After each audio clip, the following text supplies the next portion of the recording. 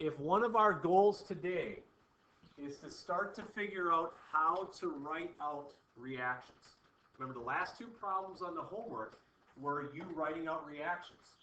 However, to write it out appropriately, we need to include phase notations. What state of matter is that species in? So up on the whiteboard, I give a couple of reminders here. If it's an individual element, remember the periodic table tells you the state of matter. Because if it's black on the periodic table, that's a solid. If it's red, it's a gas. And there's a couple instances on there where it's blue, where it's a liquid. So if it's an individual element, periodic table will tell you the state of matter. Ionic compounds. Remember a metal and a nonmetal, something as simple as NaCl? There's two options for that. One is it's a solid, because remember ionic compounds are found as a solid at normal conditions, full charges of attraction, holding together. However, we also went over last unit that you can dissolve ionic compounds in water. And actually today, in all of these little dropper bottles that you'll have on your trays, is a formula for an ionic compound, yet it looks liquidy. That's because it's dissolved in water. Again, when you see Brad walk in and go back there, what he's doing is he's making solutions. He's making stuff for you guys to do labs. By the way, if any of you are interested in that next year, you let me know, and we can have you be a lab assistant as well. But an ionic compound is either solid or it's aqueous. Aqueous means dissolved in water. Covalent, just nonmetals. For example, like the C2H6 up on the board is a covalent thing. Carbon dioxide is covalent. Water is. Those are either a liquid or a gas. And lastly, today we are also working with hydrochloric acid. Acids are things dissolved in water as well, so that would be considered aqueous.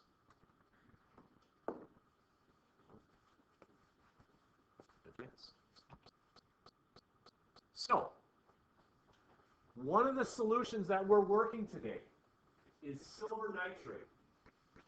Silver nitrate will be in a little brown dropper bottle.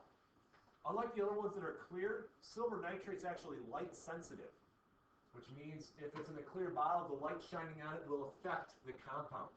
By the way, if you get any silver nitrate solution on your fingers, rinse off your fingers right away.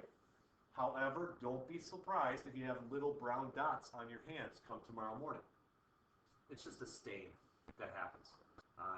Skin cells die, new ones replace it, you'll be perfectly fine. Every year I get silver nitrate on my fingers. The labels on these have little brown stains on it from that as well. When we write down AgNO3 aqueous,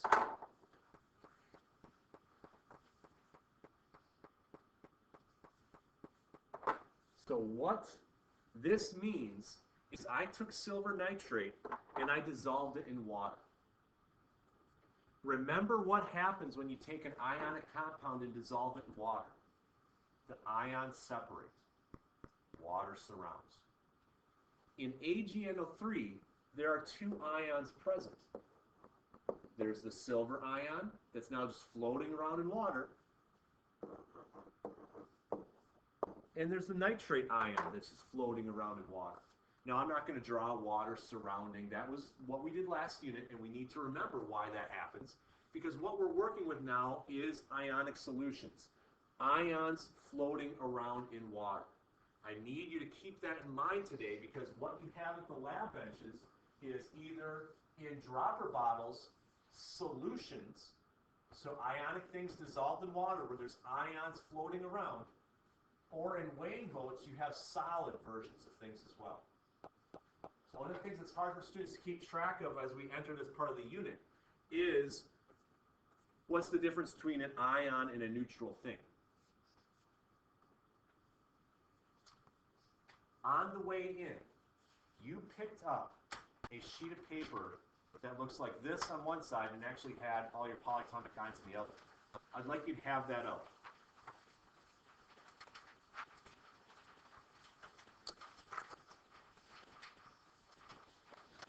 And my first couple of slides here was trying to remind you of phase notations and what does it mean if you are aqueous, dissolved in water. Now what we have to start to go into is what makes something single displacement reaction. So, up on the smartboard I have an example. If I were, being a bad chemistry student, working in the lab while drinking my soda, and I happen to spill a lead nitrate solution on the aluminum can. Again, lead 2 nitrate is a compound. Two different things. Aluminum is an individual element. If I were to write that out,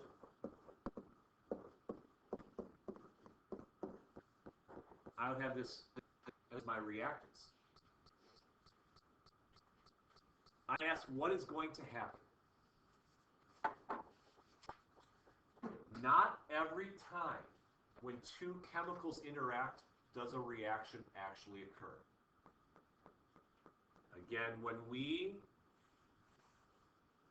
in the lab today, start mixing things together, sometimes you will see a change. Remember our indicators of a chemical change, things like a color, a precipitate's created, bubbles for a gas. You're not going to tell heat too well on this. But there's sometimes we notice a change. Sometimes, however, when you mix two chemicals together, they don't change.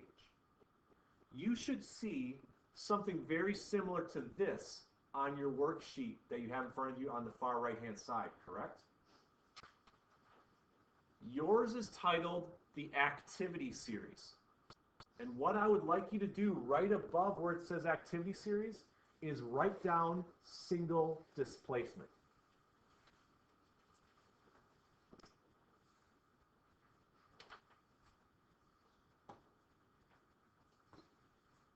That table of solubilities chart is something we're going to work with next class period, so don't worry about that for now. Now, Mr. Butters was the one who subbed for me last time, correct? Did he talk you through the reaction types, or did he just play my video? Talked us through it. Good. He's a chemistry teacher. Why would he hit play and just show a video of me teaching when he could actually do the teaching? When I recorded the video, however, I kind of used a couple of analogies with this. Here's my chemical reaction. Now, if this were to react, what would have to happen is there's a trading that goes. The lone element is going to trade with something within the compound. That's what makes a single displacement reaction create new things. What type of element, metal or non-metal, is aluminum? Metal, right? The metal would trade then with the metal in the ionic compound. And which thing is the metal in the ionic compound? Is it the lead or is it the nitrate? The lead. So this is the trade that we're looking to see, will it happen or not? Why I had you write on your sheet of paper single displacement above this ranking list is this is the ranking of what is the most reactive to the least reactive. And why that's important. Here is aluminum on the list. Here is lead on the list. A single displacement reaction will only occur if the lone element is more reactive than what it's trying to replace. Now, again, when I did notes on this that you guys didn't hear because Mr. Butters taught it, I like to use the analogy of like this is the star football player and this is a couple and he wants to steal away someone. Again, if you're dating someone and you're going to break up with that someone to go out with someone else, I hope that you trade up. You don't trade down. See, you're going to remember this now, though. Because why in the world would you break up with your significant other for someone who you're like, okay, whatever. No, if you're going to break up a relationship, do it for someone better. Trade up in the world. That's kind of what my wife did. Okay. That's what this list is on the right-hand side of your sheet of paper. This is a ranking system of who is the best. Now, really, what does this get down to? The octet rule. Remember, you're most stable if you're an ion and with 8 outer shells. So really, why is this important? Well, aluminum, if it's in a compound, loses 3 electrons. Now it's an ion. We don't ask students to know that level of difficulty with this. What we ask students to know is to look at 2 reactants and say to yourself, where do they fall on the list? Is the lone element higher on the list than what it's trying to replace? Because if that's the case, the reaction will occur. If it's not the case, the reaction won't occur. Again, I'm a big fan of Mountain Dew, so let's do one more. What if, actually, no, never mind, this isn't Mountain Dew. I'm a big fan of lead nitrate, I guess. What if my wedding ring, which has gold in it, was dropped into a lead-2 nitrate solution? So again, I'm a bad chemistry teacher. I'm working. Also, this falls into the solution that I made. Did I just ruin my wedding ring? This is a single displacement reaction problem. Gold is AU. Lead-2 nitrate is PbNO3 2.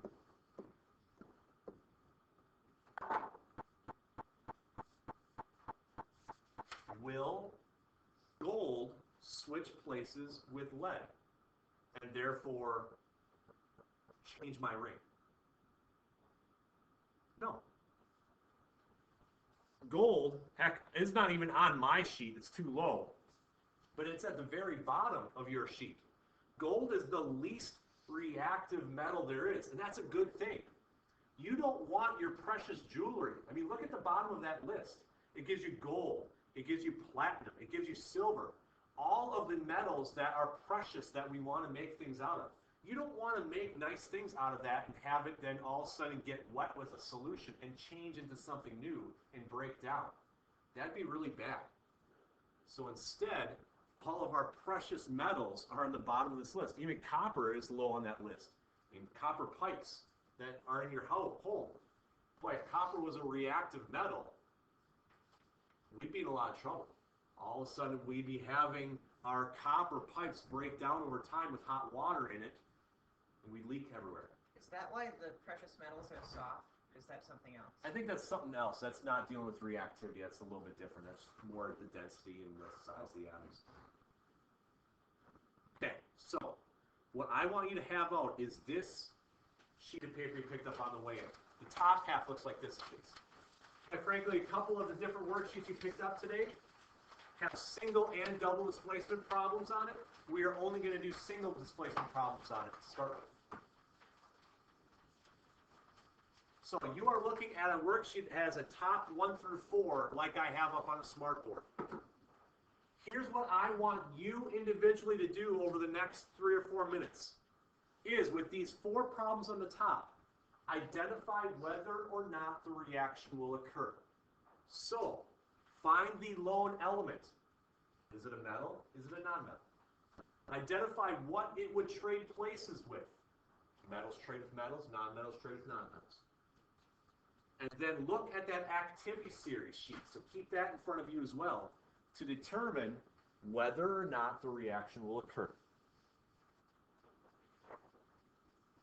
All right. First question, iron is the lone element. It's a metal. It would try to replace barium. Does that reaction occur, yes or no? No, it does not. Barium is more reactive, so it wants to be the ion form, because now it's at the octet. It's partnered up. There's a couple different ways you can think about it. Number 2 is tricky. First off, chlorine is the lone element. Chlorine is a non-metal. So chlorine isn't going to try to trade places with potassium. It's going to try to trade with fluorine. On your activity series, you need to look at the very bottom where it compares to the reactivity of halogens. Although, quite frankly, we should already be comfortable with the reactivity of halogens because fluorine is the most reactive halogen on the periodic table. It has the highest electronegativity. But for you guys, you don't have to think that hard. Is it higher on the list? Is the lone thing, chlorine, higher on the list than fluorine? Yes or no? No. Reaction number 2 does not occur. Okay, not every time we mix things together will occur. I would say maybe 50% of the time today in the lab it will. Aluminum. Oh. Lead 2 nitrate. Does it occur? Yes. Aluminum's higher on the list. Heck, this is the example I talked about earlier. Tin. It's a metal. Versus copper? What do we say? Yeah. Yes, it will. Okay. So step number 1 is getting us to identify whether or not the reaction will occur. Step number 2 is we need to start to be able to write out these reactions. How about this sheet now?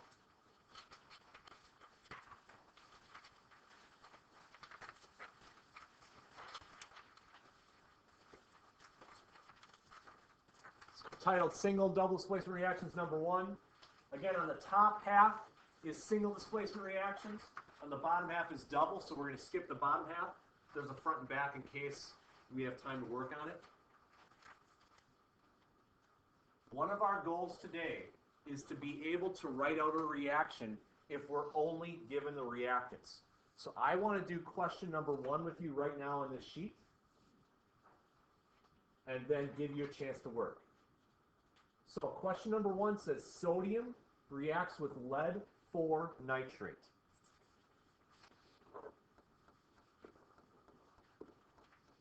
There's the symbol for sodium. Sodium all by itself. Sodium metal.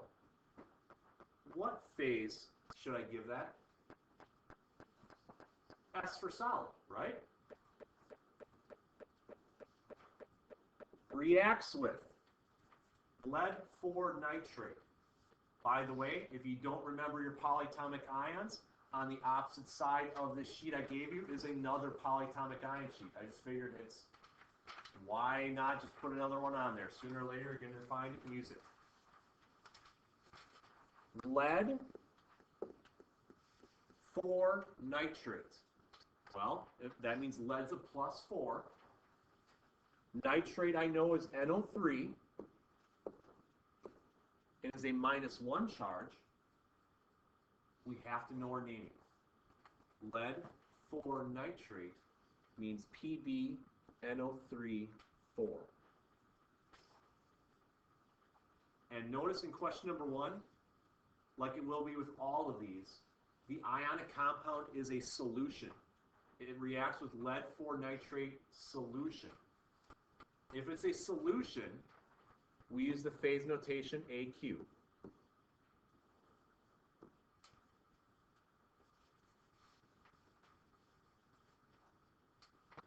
Now, what I would do before anything else is I would check and see, will this reaction occur? Is the lone element higher on the activity series than what it's trying to replace? So, will this reaction occur? Is sodium more reactive than lead? Yeah, it is. By the way, if it doesn't, don't write out products. Just write down no reaction. Okay? The switch will happen. What is one of the products of this reaction? Can anyone give me one product of this reaction when the switch happens? Riley? Lead. Lead. Again, if they switch, the new lone element is lead. Lead by itself is a solid.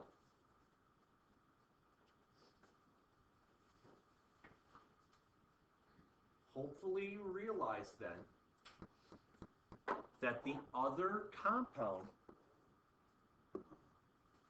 must be sodium nitrate. Are we okay with that?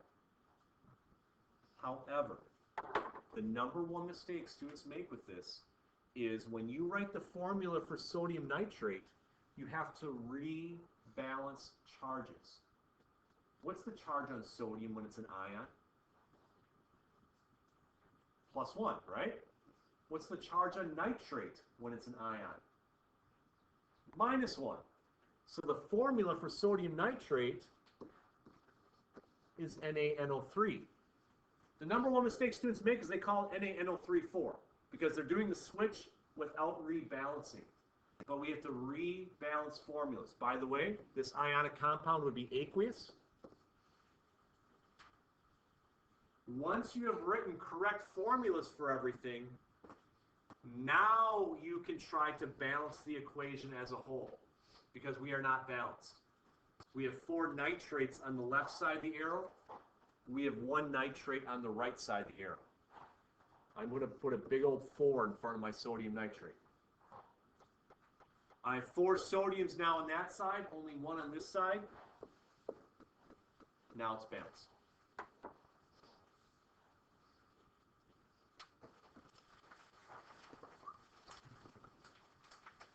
So, what I want you to do on this sheet is turn to the back side, which has a whole bunch of problems on it. I'm going to do question number 1 with you right now. It says solid magnesium is added to copper 2 chloride solution. Why don't you, on your own, again, on the back side of this sheet titled Signal Displacement Reactions, why don't you write out the chemical equation for that number 1 that says solid magnesium is added to copper 2 chloride solution?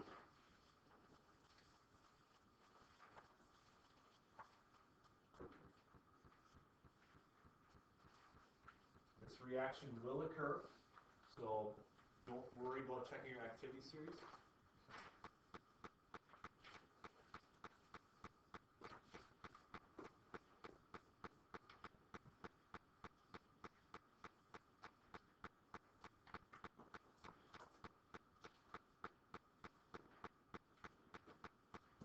As you're doing that, when we are done with that, I need to show you what's called a total ionic equation and a net ionic equation.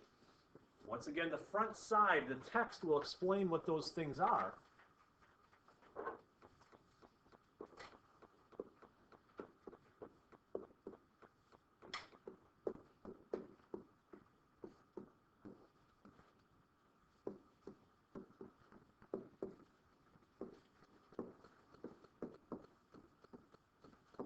Hopefully here is your balanced equation. Now, I started class by going over what it means to be aqueous. And what it means to be aqueous is you have ions floating around in solution. What we are going to do underneath the chemical equation is write what's called the total ionic equation. What a total ionic equation does is it unsimplifies things. Because this balanced equation on the top here is a simplification of what's actually happening. What I mean by that is anything that's aqueous, we can represent how it actually is. For example, this is copper plus 2 ions and 2 chloride ions in solution. CuCl2 aqueous is simplifying what I've just written down. Now, what happens, magnesium is still magnesium solid. What I've written up on the smartboard right now is the 3 particles that are all being mixed together when you do this chemical reaction.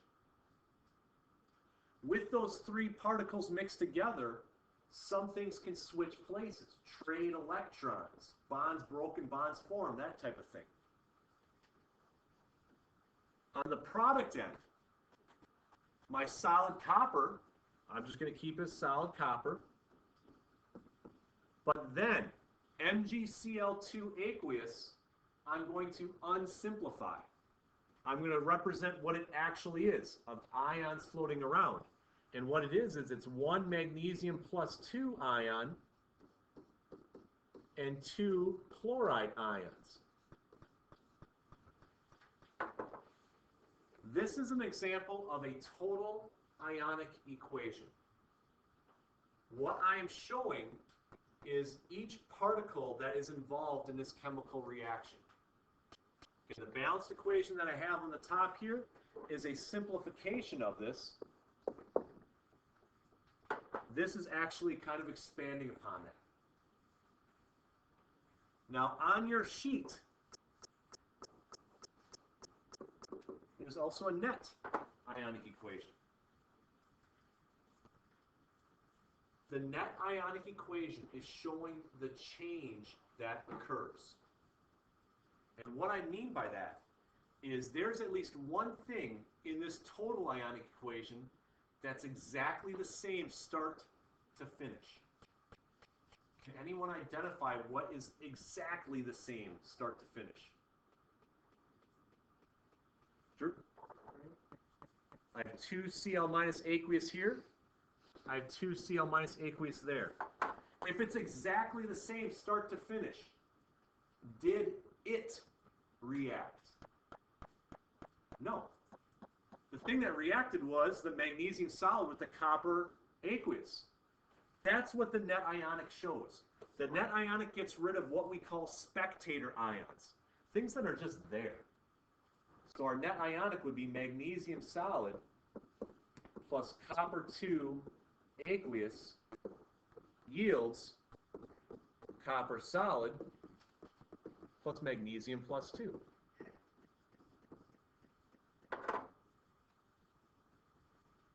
Net ionic equations, like I've just shown on the bottom of this page, are very common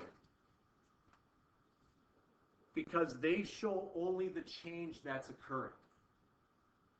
They are getting rid of the spectator ions.